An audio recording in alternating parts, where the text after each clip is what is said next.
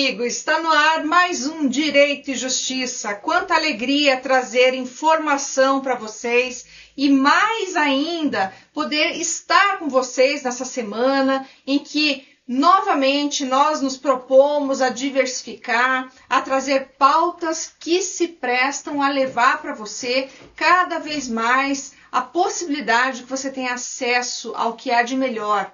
Não só a informação, mas ao seu direito, à justiça, aquilo que você precisa saber para realmente ter uma vida melhor, uma vida que te dê acesso e especialmente para que tudo isso que nós temos no nosso ordenamento jurídico, como legislação, que a gente sempre fala aqui, possa de fato ser efetivo.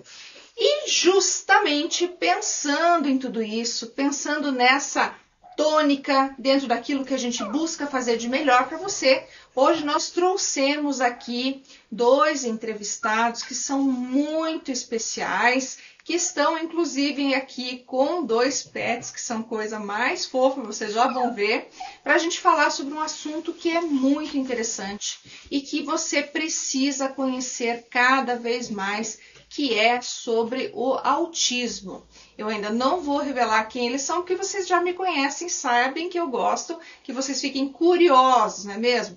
Então, além deles também, sobre essa temática tão importante que a gente vai falar hoje, nós também temos as nossas colunas, como sempre, do Ney Daniel, que te atualiza aí semanalmente sobre aquilo que nós tivemos de novo, né? O que saiu na semana, teve uma legislação nova, teve uma decisão nova dos tribunais. Então o Ney sempre vem aí trazendo para nós essas grandes novidades. Além disso, teremos também a coluna do Dr. Leonardo Schau Ramos com o direito de família e sucessões de forma simplificada. Teremos também a coluna do Matheus e Tiro de Castro com a economia no Brasil e no mundo.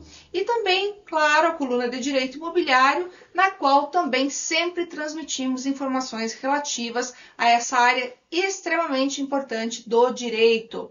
E, por fim, traremos também o In Loco com a doutora Janaína Chiaradia, que tem a missão de levar para você também muito conhecimento, compartilhar muita informação e experiência aí a partir das colunas ricas que ela tem lá no seu programa.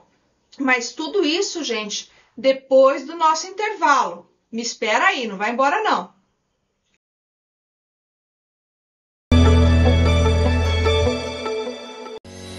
A Domínio Legal Soluções Imobiliárias é uma empresa que possui como objetivo social a gestão imobiliária, no que se inclui a regularização de imóveis. A Domínio Legal Soluções Imobiliárias trata da particularidade de cada cidadão, dentro das necessidades sociais dos moradores das regiões afetadas pela irregularidade imobiliária. Domínio Legal Soluções Imobiliárias.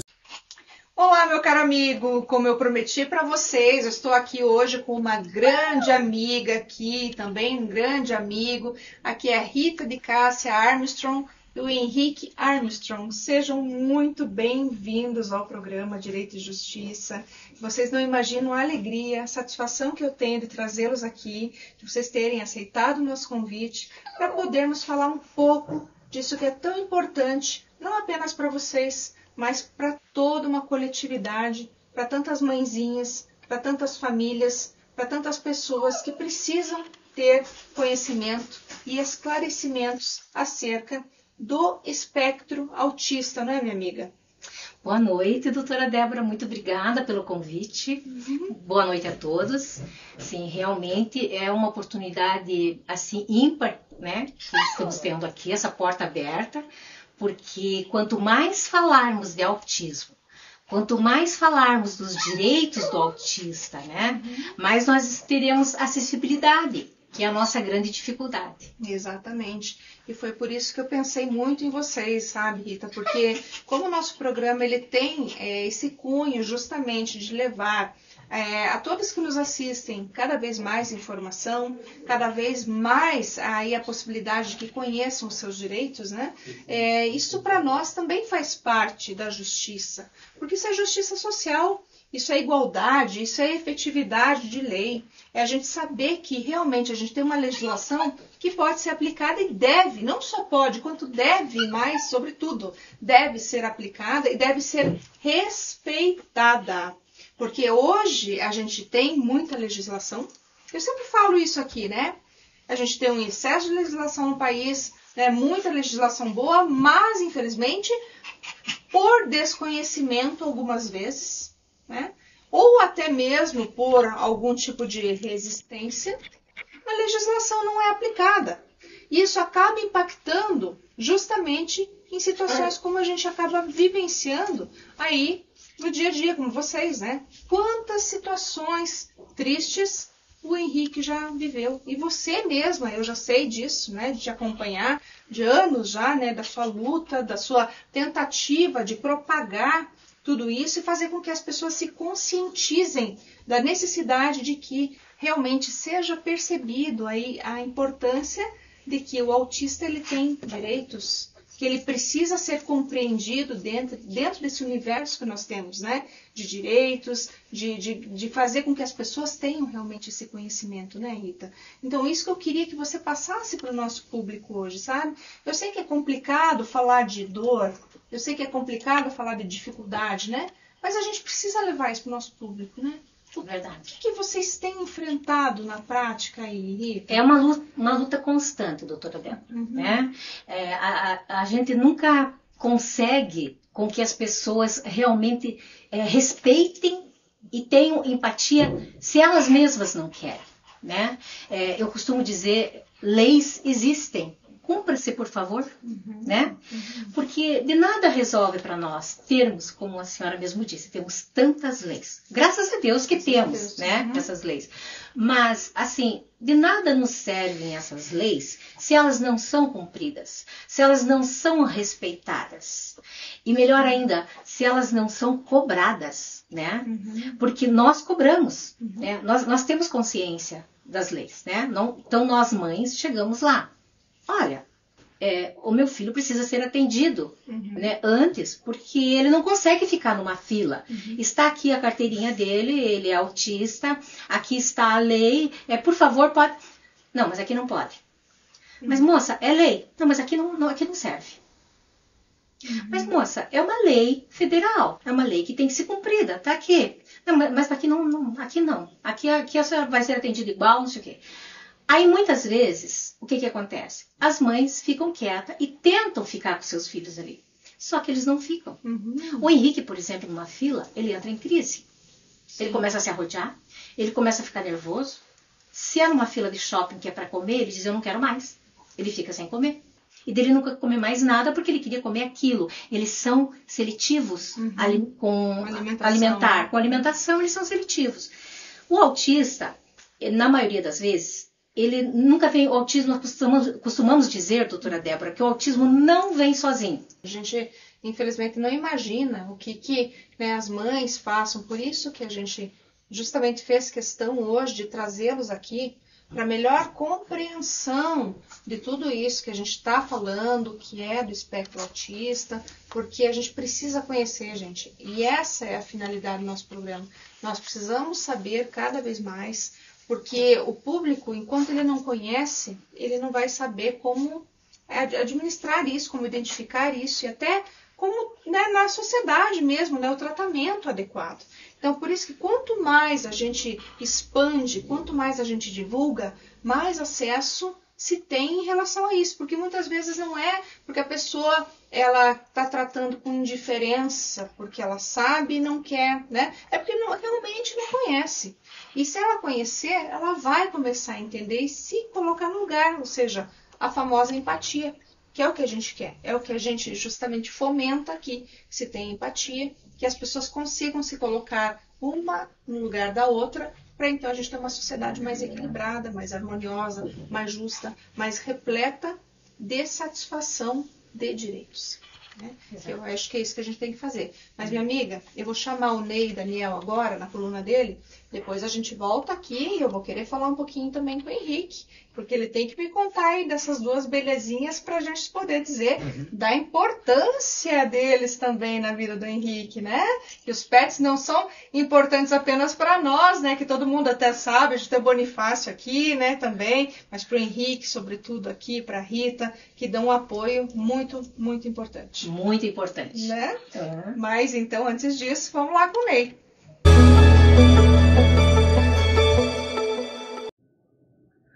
Olá, as telespectadoras e telespectadores e também as entrevistadas e entrevistados que participam semanalmente no programa e também a nossa querida apresentadora e idealizadora deste programa, Débora de Castro da Rocha.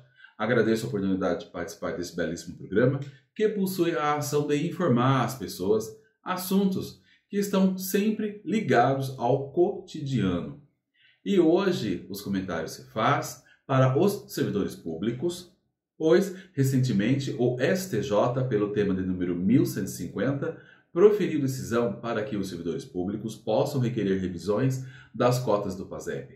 Ocorre que os servidores públicos das esferas, seja municipais, estaduais e federais, e que já vinham ou vêm contribuindo anterior à promulgação da Constituição Federal com o Programa de Formação de Patrimônio dos Servidores Públicos, ou seja, o PASEP, e cuja promulgação da Constituição Federal ocorreu em 5 de outubro de 1988.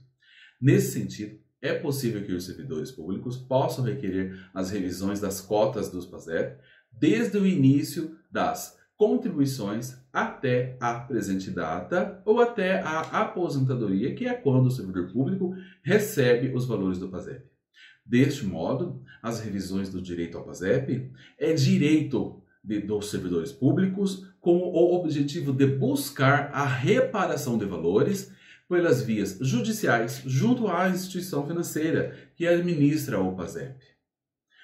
Bom, gente, esperamos que você, que nos acompanha, tenha gostado desta informação e quer saber mais ou encaminhar perguntas ou sugestões, então entre em contato conosco pelas nossas redes sociais do programa e agradecemos imensamente a audiência semanal ao programa Direito e Justiça.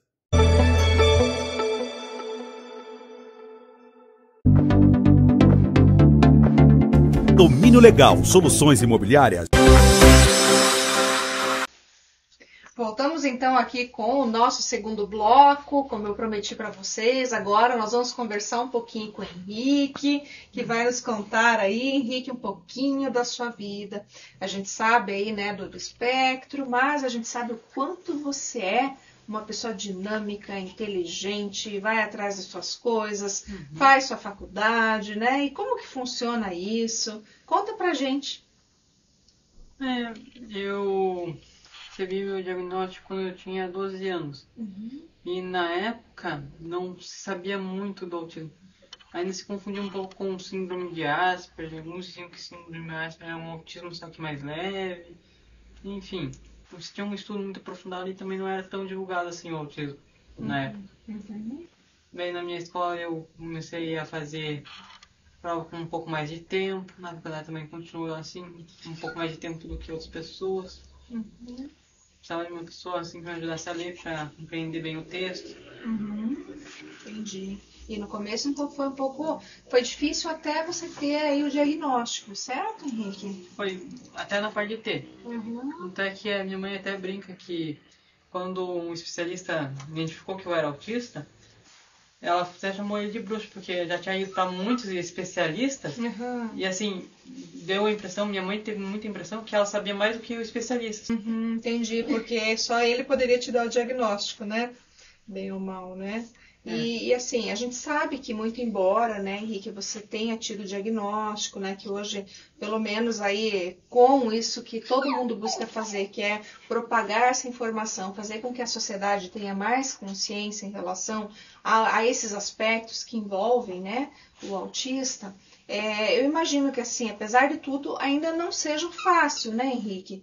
Como que é isso na sua vida hoje, apesar de você ter o diagnóstico, apesar de hoje você, né, ter aí a compreensão, saber como fazer o tratamento, a terapia? Como que é isso hoje para você?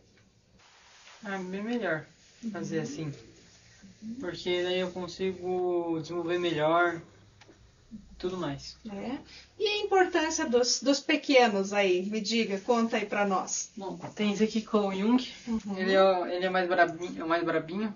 Pessoas que não é da família, coisa assim. E ele também é mais inteligente, obedece um pouco mais também. E só por curiosidade, ele é castrado e esse aqui que é o bonzinho não é. Daí, tipo, ele é melhor pra sair na rua, porque se chegar alguém meio suspeito, apesar de ele não fazer muita coisa, ele pelo menos fala, esse aqui é vendido. Vai com todo mundo esse aqui. E assim, você, o que você sente estando com eles, Henrique? Um conforto, uma amizade. Tem a pessoa ali atrás dele, tá? Pode.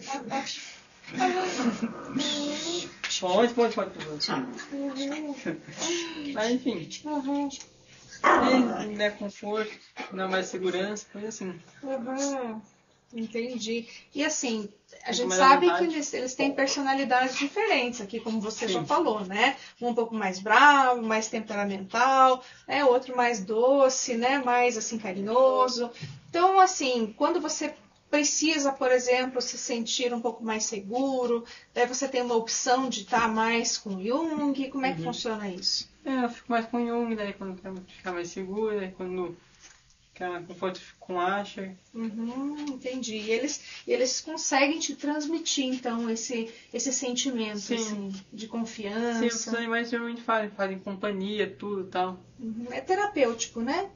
E me diga uma coisa, você já teve alguma situação em que você precisou estar com eles e foi impedido, Henrique? Bom, teve várias, mas a última foi num ponto de ônibus que, assim, antes desse daí do ônibus, teve outro do ônibus que eu fui com esse aqui. Dessa vez eu não fui impedido, eu entrei com ele. Ele meio brabinho, fiquei até com medo que ele começasse a latir pra todo mundo, porque ele meio que late. Mas dessa vez ele tava bem comportado, não latiu pra ninguém. Assim, entrei no ônibus e tudo tal. Algumas pessoas perguntaram sobre ele e tal. Não disseram que não podia, só perguntaram assim. Daí eu disse, ele é com companhia, com assistente e tal. Elas falaram, nossa, que legal. Daí o motorista meio que disse, tinha que estar, acho que, naquelas caixinhas lá de transporte, sabe? A gente tá com isso, não pode, não único assim. Daí eu disse, mas ele é com assistente, tem lei e tudo. Daí uma mulher falou, é lei federal, coisa assim e tal. Daí, municipal também e tal. Daí o motorista deixou, tá? Só que em outra vez, uns dias depois eu tava só com esse aqui. Uma eu fui só com esse, outro fui só com esse. Esse aqui, no caso, o caixa, o cobrador, não foi nem a pessoa do ônibus, nem nada. Foi o cara de cobrar lá. Não deixou eu entrar. Mesmo mostrando a lei com carteirinha e tudo. Não deixou dizer que era contra a lei, tinha lei. Virava toda lei federal, municipal, assim não pode, mesmo dizendo que a lei federal podia. Coisa assim, com documento, tudo ele não deixou. Olha só, gente. Tá vendo aí a importância daquilo que a gente está tentando transmitir para vocês hoje? A gente tem uma lei federal que fala sobre isso, gente. Inclusive, com a comparação a partir de 2012, né, Rita? Me corrija se eu estiver enganada. Lei Berenice-Piana. Justamente porque o autismo também precisa ter o mesmo tratamento. Exatamente. Inclusive, igualdade, gente. Igualdade de tratamento. Exatamente. Não tem nenhum tipo de diferença aqui. Por isso que tem que compatibilizar. Por isso você aí, que eventualmente não conhece essa situação, gente. Eu sei que, eventualmente trabalha no ônibus, trabalha como motorista, ou mesmo em algum lugar ali como cobrador. Observa essa questão, porque é muito importante, é fundamental para ele se sentir protegido, seguro, porque se ele não estiver com o pet, ele realmente pode entrar numa crise, não é, Rita? Eu não sei daí como funciona isso para explicar para o nosso público. Então, doutora Débora, a Lei Berenice-Piana 12.760 é a lei que veio incluir o autismo como uma pessoa com deficiência. Então, os mesmos direitos que o cadeirante tem. Por que o cadeirante precisa da cadeira de roda? Ele precisa da cadeira de roda porque ele é uma pessoa com deficiência, segundo a lei. E ele só consegue sair da sua casa. Ele só consegue mover-se, transitar, acessibilidade através da cadeira de roda. O autista é uma pessoa com deficiência. né? Segundo a lei. Por que que alguns autistas precisam do cão-guia, cão-assistente?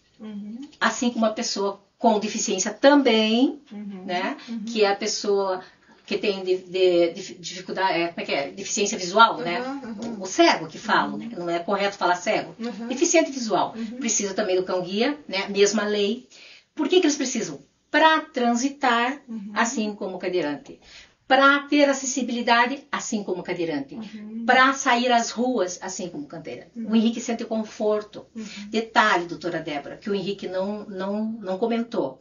Mas quando ele teve esse problema no ônibus, com a cobradora mal informada, com o cobrador, era um homem, com o cobrador mal informado, esse cobrador, ele não tem noção do que poderia ter acontecido com ele. Essa é a grande preocupação. A senhora, como doutora da lei, sabe.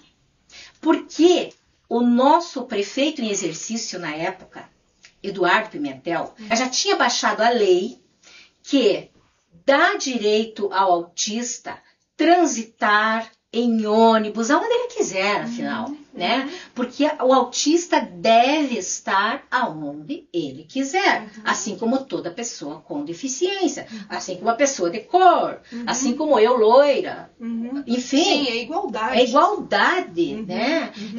A lei vem justamente para isso. Exato. É para possibilitar que aquele que eventualmente tem uma dificuldade possa se equiparar ao outro, né? Exatamente. Igualdade de condições, ter acesso, né? Estar nos locais sem ser impedido. Isso é realmente a gente trazer aqui para esse contexto aqueles valores que a gente sempre fala lá, que estão dispostos na Constituição Federal. Falamos de dignidade da pessoa humana, direito aí é igualdade, né? Então, isso tudo faz parte aqui do nosso cenário, né, Rita? Nós vivemos num país da diversidade. Isso. Então, nós não temos esse direito de ficar discriminando qualquer pessoa por qualquer coisa que seja. Não importa o quê. Se nós acionarmos é lei. E contra a lei, não. Eu sou obrigada a cumprir a lei. Eu chego no estabelecimento, estou dentro da lei. Eu estou com um documento, meu filho é autista, ele faz uso do cão assistente. Para ele estar naquele estabelecimento, ele precisa, como o cadeirante precisa da cadeira de roda, como o deficiente visual precisa do cão guia, o meu filho precisa do cão assistente. Tem lei que ampara eles. É federal, estadual e municipal. Exatamente. Aí a gente tem que também pensar que existe uma hierarquia normativa, gente, que a gente fala sempre aqui. É questão legal, você tem uma hierarquia, uma lei federal que se sobrepõe a qualquer outra lei inferior. Ela dita o que deve ser e ninguém pode se excusar do cumprimento da lei após a sua publicação. Então, como a Rita falou aqui, gente, a gente precisa conhecer, saber que existe a lei, que a lei ela é perfeitamente aplicável, efetiva, né, em vigor, está em vigor, vigente, e você precisa entender que se você estiver diante de alguém que tem o espectro, você tem que deixar essa pessoa entrar no ônibus, essa pessoa entrar no estabelecimento comercial, porque ela não está agindo de forma contrária à lei. Ela está exercendo um direito decorrente da lei, tá, gente? Então, isso é o que fica agora nesse segundo bloco aqui, mas nós não acabamos, estamos bem longe disso. Agora eu vou chamar o Dr. Leonardo Shaw Ramos, Direito de Família e também Sucessões de forma descomplicada. Vamos lá, Dr. Leonardo? Olá, amigo, olá, amiga, seja muito bem-vindo a mais um vídeo do Direito de Família e Sucessões Simples, o quadro onde você obtém orientações práticas para problemas do seu dia a dia que envolvem direito de família e direito das sucessões. E no vídeo de hoje nós iremos responder a seguinte pergunta: quando um bem é adquirido anteriormente ao casamento celebrado na comunhão parcial de bens, mas é pago e quitado durante a união, e por algum motivo o casal acaba se divorciando e tendo que partilhar bens adquiridos durante o casamento, esse bem que foi comprado antes da celebração do casamento deve integrar a partilha? Como regra, nenhum bem que é adquirido anteriormente ao casamento celebrado na comunhão parcial deve integrar a comunhão, porque se presume que todo o esforço para a compra do bem antes do casamento ocorreu por apenas uma das partes e nada tem a ver com a outra. Mas quando o bem é adquirido em razão do casamento e é pago durante o casamento, quitado durante o casamento, recentes decisões judiciais dos tribunais brasileiros vêm entendendo que o bem deve sim ser partilhado num eventual divórcio de pessoas casadas na comunhão parcial de bens. Isso porque no casamento é muito presente a ideia do esforço comum do casal. Então, mesmo que apenas uma das partes tenha quitado as parcelas do bem, se presume que a outra contribuiu para que aquele que pagou os valores consiga fazer isso com alguma facilidade a mais. Então, a tese do esforço comum do casal é preponderante, mesmo se o contrato referente ao bem foi assinado e até mesmo registrado anteriormente ao casamento. Eu espero que você tenha gostado do vídeo de hoje e que tenha sido útil para você. Agora voltamos com a programação do Direito e Justiça. Até a próxima!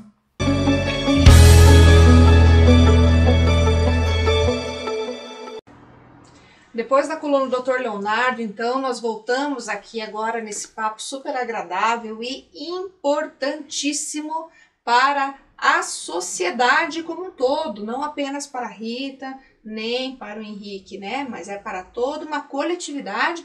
E veja que a gente está chegando longe, Rita. A gente não está só em Curitiba, não estamos só no Paraná, estamos em todo o Brasil e na América Latina pelo satélite também. Tá? Então, nós estamos aí num alcance gigantesco e eu quero muito e faço questão que você fale agora um pouco das políticas públicas necessárias para que a gente tenha efetividade nessa questão toda que envolve o espectro autista. Disse muito bem, doutora Débora, efetividade. Porque políticas públicas é muito falada. E até pode ser que exista alguma em alguns lugares. Mas, na verdade, a nossa, que nós estamos necessitando é uma política pública efetiva. Né? No caso do autismo, no caso da pessoa com deficiência visual, auditiva, o cadeirante, aquele que tem dificuldade com mobilidade, né? Ou mobilidade moderada, enfim.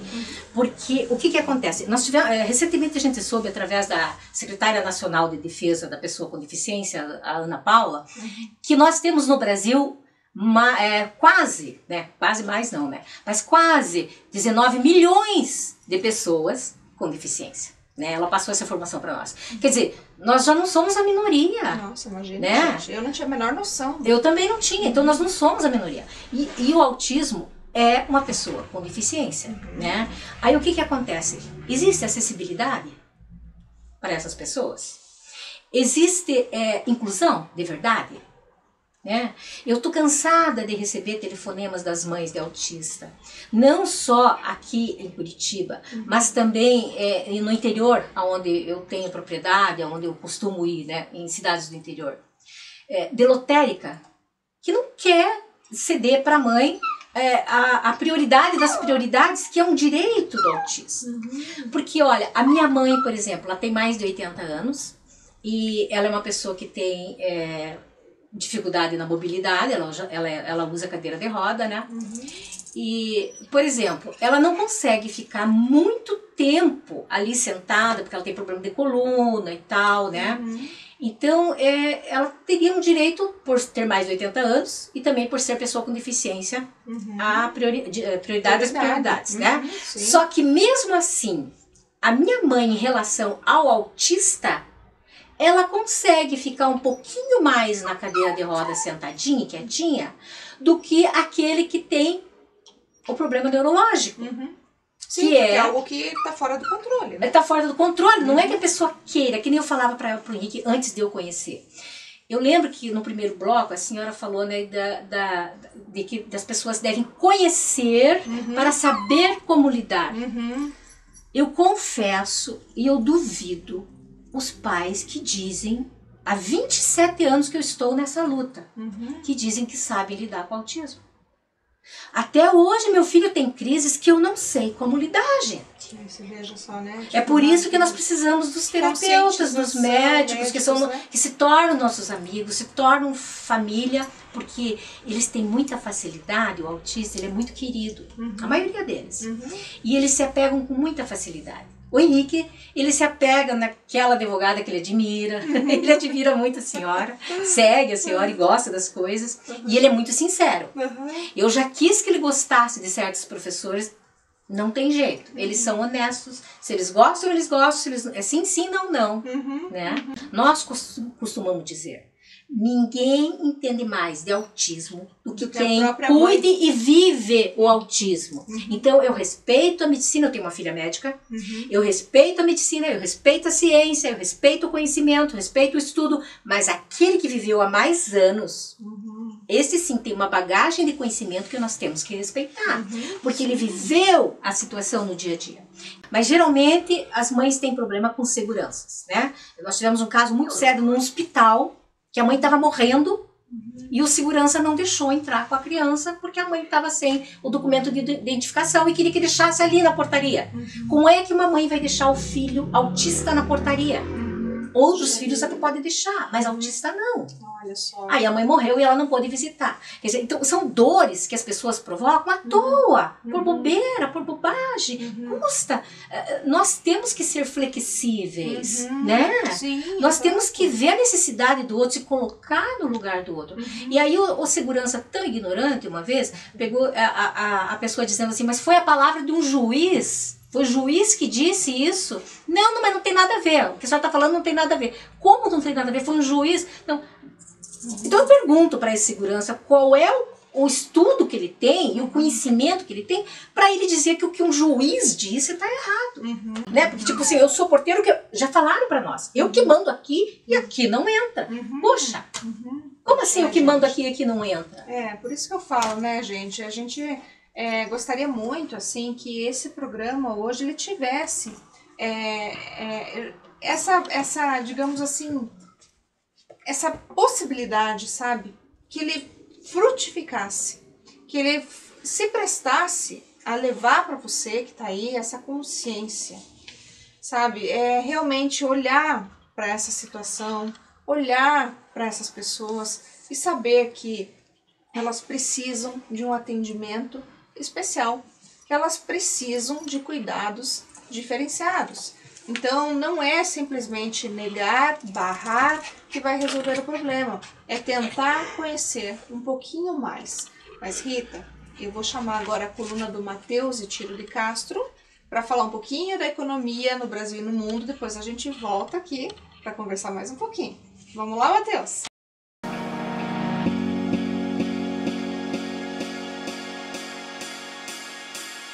Olá, meu caro amigo telespectador, que cá está nos prestigiando mais uma vez a nossa coluna sobre a economia.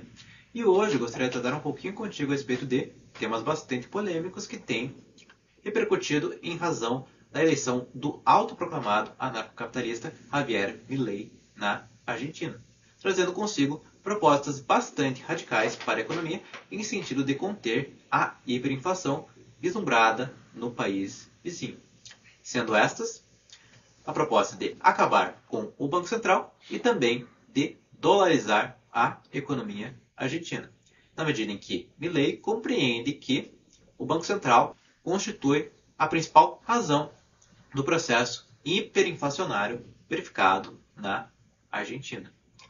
Em particular, o processo de dolarização não constitui algo particularmente novo para as economias latino-americanas, na medida em que já ocorreu um processo de dolarização em países como Equador e El Salvador.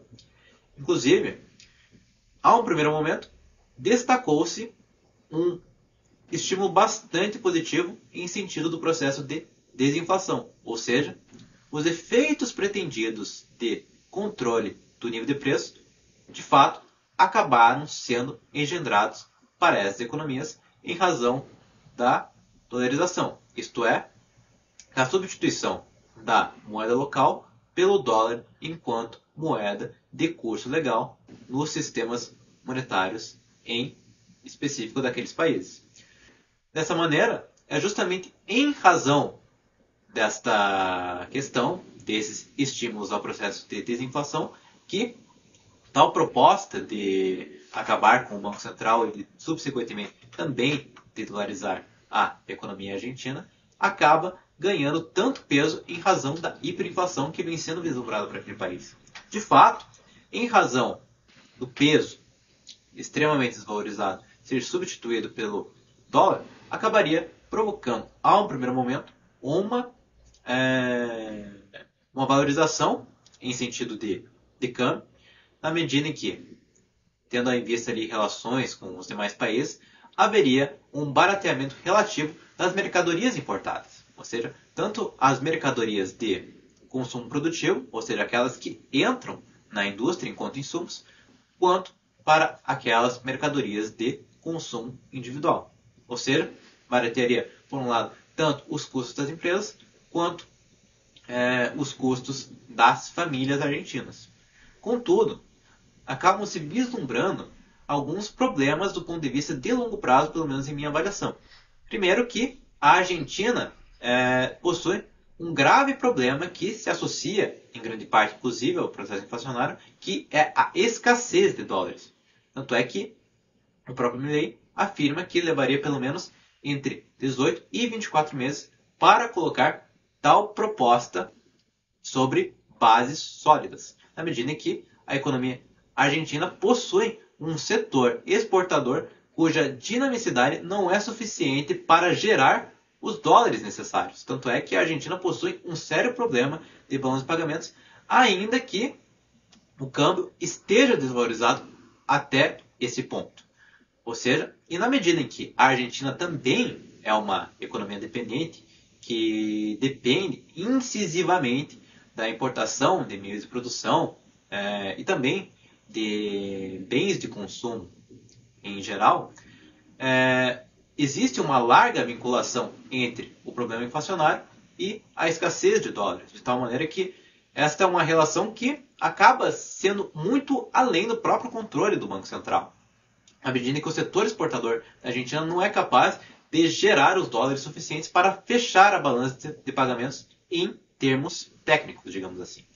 Ou seja, existe um problema muito multifacetado e que seria muito difícil de pôr em prática em razão dessa natureza dependente da economia argentina, em razão do seu setor exportador não ter a dinamicidade necessária e também levando em consideração os efeitos sobre o emprego e a renda em decorrência direta da dolarização, na medida em que essa diminuição dos preços acabaria, do ponto de vista ali da valorização do câmbio, acabaria desestimulando fortemente o próprio setor exportador da Argentina, na medida em que os salários se tornariam relativamente muito caros em vista dos preços praticados e que acabaria, na realidade, enfraquecendo ainda mais o poderio desta economia em adquirir as reservas internacionais necessárias do ponto de vista ali do abastecimento de dólares. Ou seja, o que aparenta ser uma solução do problema pode, na realidade, atuar em sentido inverso, na medida em que provocaria efeitos muito prejudiciais ao emprego e à renda, apesar de produzir, muito provavelmente, um controle significativo sobre a inflação. Ou seja, seria, de certa maneira, um benefício, do ponto de vista do controle de preços, que seria alcançado sob muitas penas, sob muitos custos. Ou seja, trata-se de um tema que vai ser subsequentemente desdobrado com bastante atenção e que merecerá todo o desdobramento necessário para que a gente possa avaliar as consequências econômicas dessas políticas e também se elas serão de fato alcançadas, se realmente haverá êxito por parte do governo argentino. Com isso, eu me despeço de ti, meu caro amigo telespectador, esperando ter te transmitido informações relevantes sobre a economia e te aguardo até a próxima semana. Muito obrigado!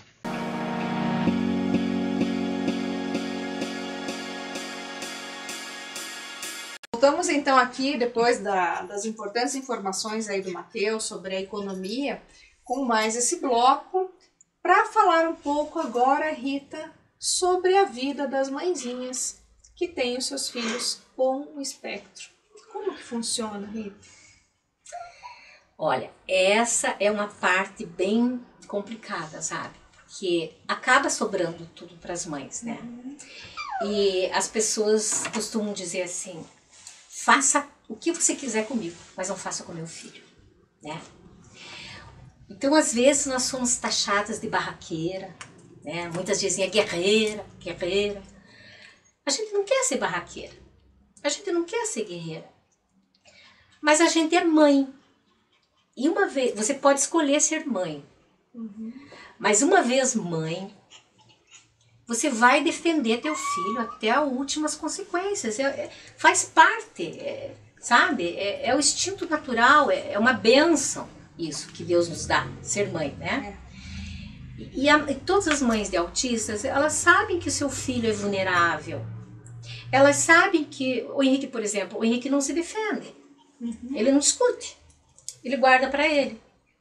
Mas na hora que chega em casa, vem toda aquela, né?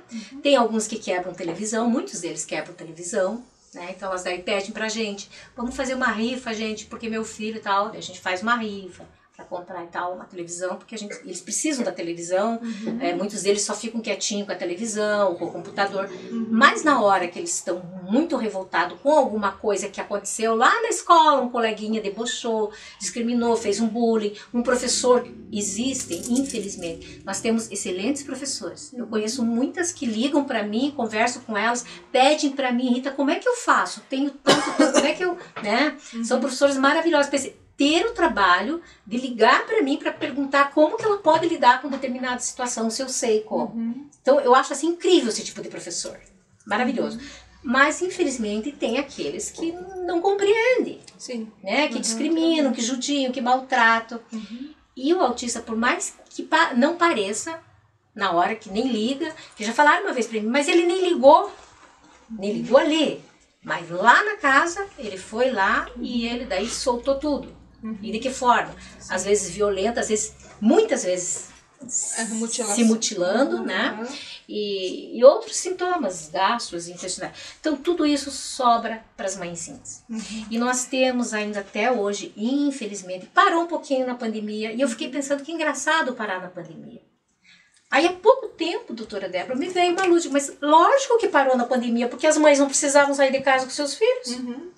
Porque o que é o autismo? Dificuldade da comunicação e de interação. Isso é autismo. Né? Então, aí chega, mas não parece que é autismo. Né? Então, ele não tem parecer, não tem que parecer, é um diagnóstico, minha gente. Né? E aí, então, assim, ali naquele momento pode não parecer, mas depois tem aquelas coisas todas que acontecem que, né, prejudica todo mundo, toda a família e tal. Então, nós temos casos de mães que cometem suicídio, sim. Porque o que acontece? Nós tivemos o caso de uma mãe que nós já tínhamos conseguido na Câmara Municipal, né, através dos institutos, que nós temos alguns institutos bem sérios, né, e umas mães muito fortes que vão lá na favela mesmo, que vão lá, né, e a gente se reuniu na Câmara e a gente batalhou para que os fogos barulhentos, né, fosse lei, e aí a gente conseguiu a lei dos fogos silenciosos. Porque eles têm, né, essa dificuldade com barulhos. Eles levam... Os animais também. Qualquer barulho. Qualquer barulho, assim, que seja mais... Às vezes lá em casa ele fala assim, fale mais baixo. Fale mais baixo. Tem época que é mais, tem época que é menos, né? E eu como professora, sei lá, eu falo alto, né? Aí isso também é uma coisa. A maioria de nós mães, né? Isso é uma coisa que eu fui constatando. Eu era uma pessoa diferente, doutora Débora, sabe? As que me conheceram quando eu era solteira, minha família, tudo. Eu era mais quietinha, sempre fui comunicativa, mas mais quietinha, mais delicada, mais meiga. Dificilmente eu batia a boca com alguém. Hoje eu bato boca. Sim, porque a vida te ensinou que você precisa ser forte. A água chegou, eu tive que nadar. Se você fica se submetendo a tudo que dizem, mesmo você estando correta, você não exerce seu direito. Por isso esse trabalho da senhora, que é uma bênção para nós, né? Os comunicadores em geral, é uma bênção para nós. Levar esse conhecimento, ver o que a gente passa, que o autismo não é bonito, gente. sabe? Ai, porque o orgulho autista. Onde que tá o orgulho autista? Eu tenho orgulho do meu filho. Mas, Rita, eu vou chamar agora a coluna de Direito Imobiliário e também o In Loco, que é um grande quadro que nós temos aqui no programa, da doutora Janaína Chiaradia, que traz muitas questões aí do cotidiano, de várias áreas do conhecimento. E a gente também tem essa interação aqui com o nosso programa, que é dentro desse propósito que nós temos, de levar boa informação, compartilhar experiências com o nosso público. Então vamos lá?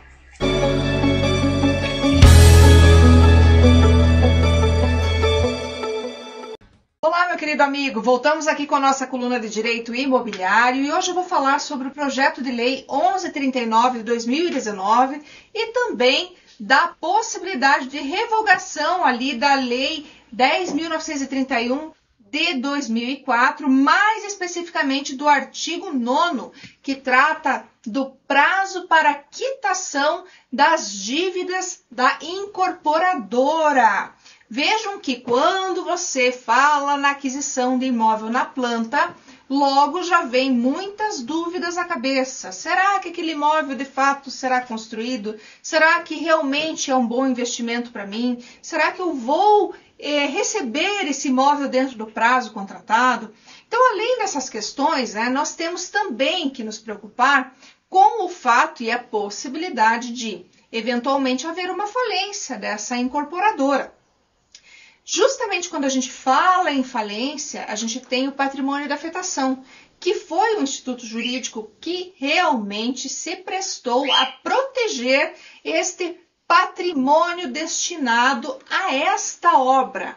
Ou seja, a lei me diz que, uma vez instituído o patrimônio de afetação, eu terei o patrimônio ou aqueles valores que são pagos pelos adquirentes reservados, protegidos, afetados pelo patrimônio de afetação, que na verdade vai impedir que esta incorporadora utilize este valor que está sendo destinado para essa obra para outro empreendimento.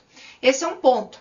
Então você já tem uma proteção aqui. Só que o artigo 9º ele falava que neste caso, por exemplo, de haver falência e você poder aí dar prosseguimento a essa obra, que é o caso aqui da própria lei, do patrimônio de afetação, você deveria, então, o adquirente, de forma geral, essa coletividade, pagar dentro de um ano os débitos trabalhistas e previdenciários, etc. Só que agora, com este projeto de lei, então o 1139 de 2019, o que se tem é justamente a possibilidade de que se revogue esse artigo e justamente esse prazo aí que, em regra, vai trazer maior onerosidade ao adquirente, ou seja, aquele adquirente que já está sendo tolhido do seu direito de receber o imóvel dentro daquele prazo, e até mesmo de receber o imóvel nas condições acordadas, ele então ainda teria que fazer um aporte financeiro para pagamento dessa dívida. Então, com base nessa situação, houve o ânimo para que este projeto fosse apresentado visando salvaguardar o direito desse adquirente, de modo a fazer com que este prazo, então, seja aí revogado, ou seja, eu não tenha, o dispositivo seja revogado, a fim de que eu não tenha o prazo, então, de um ano para pagar. Porque logo nós precisamos pensar que esse adquirente já está vulnerabilizado financeiramente e não pode ser exposto a uma situação que o obrigue a ficar ainda pior, ainda mais defasado financeiramente. Então, pessoal, o que a gente tem hoje é um projeto que está tramitando, está em andamento e esperamos ter, então, essa efetividade, ou seja, que nós consigamos, ao final, ter essa revogação para que este adquirente possa ter a tranquilidade de não ter que ser surpreendido com o pagamento de um débito que não é seu, que em tese deveria ter sido pago pela incorporadora e não foi. E também, gente, para que a gente tenha segurança jurídica, porque se eu tenho uma lei que retira, ou a partir do momento que eu tenho uma obrigação sendo retirada, que é um encargo muito grande para o hipossuficiente, para o adquirente, eu tenho uma segurança jurídica maior. E, sobretudo, eu consigo também aplicar um dinamismo maior a essas relações negociais, ao mercado imobiliário, promover uma ascensão desse mercado, porque eu vou ter, então, esta segurança que vai promover aí a possibilidade de muitas compras e vendas, né? Aquisições que vão se dar com maior tranquilidade. Então, gente, sendo isso que eu tinha para trazer para vocês nessa semana, me despeço na certeza de que pude aproximá-los um pouquinho mais da área imobiliária. Um grande abraço e até a próxima! Domínio Legal, soluções imobiliárias.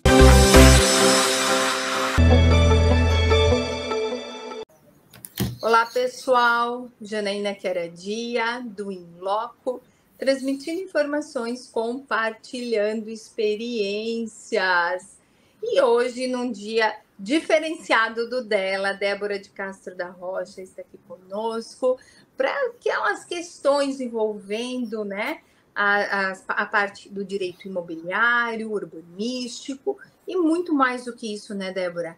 É a vivência de quem estuda, de quem trabalha, de quem tem realmente essa expertise para trazer aqui para nós um pouquinho mais, né, do seu conhecimento.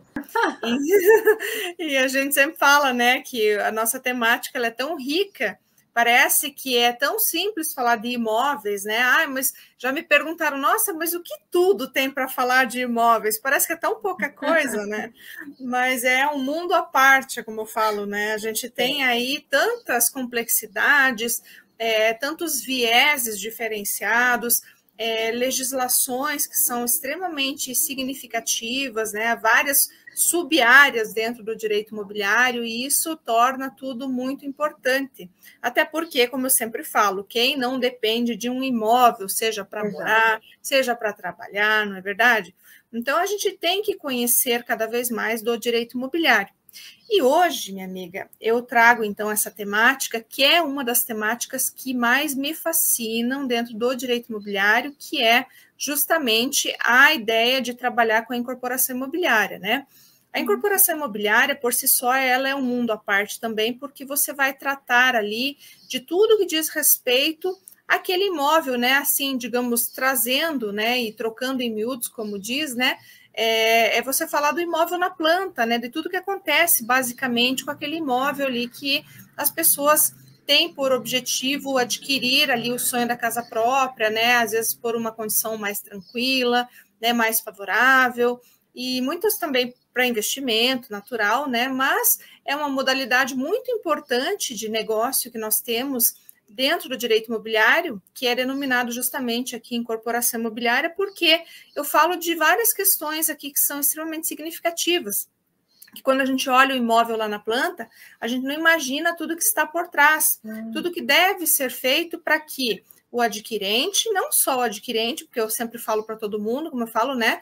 Eu não falo para um nem para outro, eu falo para todo mundo. Então, assim, o que a gente quer fazer é esclarecer, seja que o nosso consumidor, o adquirente, seja o construtor que está iniciando aí com a construção civil, o incorporador, ou mesmo para aqueles que já sabem também, né? Muitas vezes é tanta coisa que vai mudando, sendo alterada, que a gente precisa sempre estar se, né, reinventando, sempre estudando, sempre buscando para não se defasar.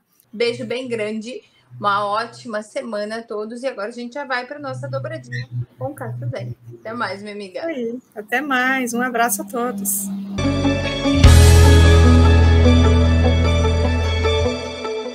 Então, voltamos agora com o nosso derradeiro bloco aqui ainda nessa conversa com a Rita, minha querida amiga, com o Henrique também, que a gente já conhece a história há anos e torce tanto por eles, para que eles possam realmente alcançar aquilo que eles buscam, né? E como eu sempre falo, né, gente? Muitas vezes a gente tem problemas, mas eu sempre vejo que são pessoas abençoadas, são pessoas escolhidas, são missões que tanto a Rita como o Henrique têm para poder estar aqui, inclusive hoje, para levar essa mensagem para você que está aí, para que você saiba, principalmente, que você não está sozinho, que a luta não é apenas sua, que a luta é de todos nós que estamos unidos por uma causa, que estamos unidos para que você aí, que também enfrenta esses problemas, possa ter por parte da sociedade um amor, uma visão, uma expressão, possa ser reconhecido e possa ter acesso aos seus direitos, possa entrar nos lugares, sair dos lugares, do jeito que a gente precisa, com tratamento igualitário. Então, isso até inclusive foi objeto já da nossa conversa, né, Rita? Mas a gente também tem que falar agora, então, da importância do que, né, o que nós poderíamos ter, por exemplo, para melhorar tudo isso para essa população, né? Como você mesma disse ali dentro da estatística, né? Hoje no país são 19 milhões de pessoas que têm algum tipo de deficiência, né? Então, assim, considerando que hoje o autista foi comparado, né, conforme a lei, né? Conforme a lei. Berenice Piana, incluído, né, como deficiente também, o que a gente pode fazer? Qual seria a política pública ou quais seriam as políticas públicas que nós poderíamos ter que efetivamente mudassem ou trouxessem melhores condições, acesso e especialmente igualdade? Isso que seria importante, né, Rita? O que você e o Henrique podem falar sobre? Eu penso assim, a divulgação. Eu acho assim que é o top do top a divulgação. Sim. Mas divulgação em que sentido? Divulgando-se as leis que existem, conscientizando as pessoas de que elas têm que incluir, que elas devem. Se não é por amor, se não é por empatia, é por dever. Por que você não ultrapassa o sinal vermelho? Então, se você sabe que existe uma lei que te proíbe de ultrapassar o sinal vermelho e que você vai ter consequências se você fizer isso, então você também não exclua a pessoa com deficiência. Você também não tente bater de frente com as mães. Porque não é só uma questão de você infringir uma lei, mas é uma questão de você estar atentando contra a vida dessa mãe. Né? Porque as mães tiram a vida sim. Né? Você causa dor, você causa sofrimento, você joga no lixo o trabalho dos terapeutas e professores que estão fazendo de tudo para que aquele autista desenvolva. Um renomado médico, neurologista, me disse quando o Henrique era pequenininho, o que o autista precisa? Ele precisa de treino, treino, treino. Quem conhece esse médico sabe porque ele fala para todo mundo. Treino. E é isso, aí a gente treina o nosso filho para ele melhorar, para ele conseguir ser inserido como um igual na sociedade. Aí vem uma pessoa ignorante, de má fé, com falta de esclarecimento, de empatia, de amor, que já foi falado aqui, e joga tudo fora. E não só isso, mas causa um dano físico, moral, emocional, psicológico, à vida daquela pessoa. Eu fico muito feliz de vocês, né, estarem aqui hoje, de terem realmente vindo, transmitido essa informação para o público, participarem conosco e especialmente aí dividirem conosco a experiência de vocês, as angústias de vocês.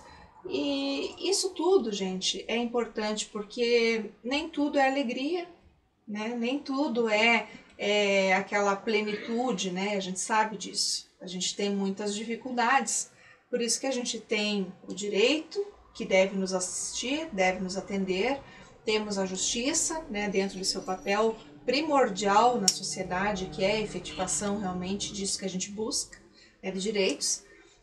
Mas ao mesmo tempo, gente, a gente tem que trazer isso porque é um papel social, a gente desenvolve isso aqui. A comunicação, o jornalismo, eles têm a sua missão de trazer realmente situações que muitas vezes, muito embora pareçam difíceis e às vezes até polêmicas, elas propiciam aí a reflexão, o despertar para a necessidade que todos nós temos. Questões humanas, questões realmente voltadas aí à compreensão do ser humano, né? A empatia, né? A gente ter que olhar com essa amorosidade, né? Com essa questão toda que está tão em voga, mas que tão pouco se pratica. né? Então, minha gente, o que a gente tinha hoje para vocês era justamente a importância dessa temática, né? E eu, como digo, né, mais uma vez, só tenho a agradecer por vocês compartilharem conosco tudo isso. Nós, em nome das mães de autista, todas as mães de autista, a comunidade autista, é que agradecemos esse canal, essa abertura, doutora Débora. Imagina. Muito obrigada, de todo o coração. Imagina, eu mando um grande beijo para as mãezinhas, né, que lutam aí diariamente para cuidar dos seus filhos, né, os defendem aí como grandes leoas, né, que a gente sabe que são as mães e sobretudo mães de autista, e realmente me coloco sempre aí à disposição dentro daquilo que a gente pode como ser humano e como jornalista que sou, para tentar levar o melhor para você que nos assiste, nos acompanha e está aí nos dando aquele apoio sempre com a sua audiência e sempre tornando o programa cada vez melhor à medida em que sempre nos pede pautas, nos pede para que possamos realmente trazer aquilo que traz um sentido para a sociedade. Não é só trazer informação, né? É trazer um sentido também para tudo isso que a gente faz aqui e para você que está aí do outro lado. Tá certo? Bom, mais uma vez, muito obrigada. Obrigada. Maravilhosa, né? Imagina. Maravilhosa, obrigada. Deus abençoe. Que isso. Me despeço então, meu querido público, mais uma vez, agradecendo pela audiência e esperando voltar na próxima semana. Um grande abraço e até lá!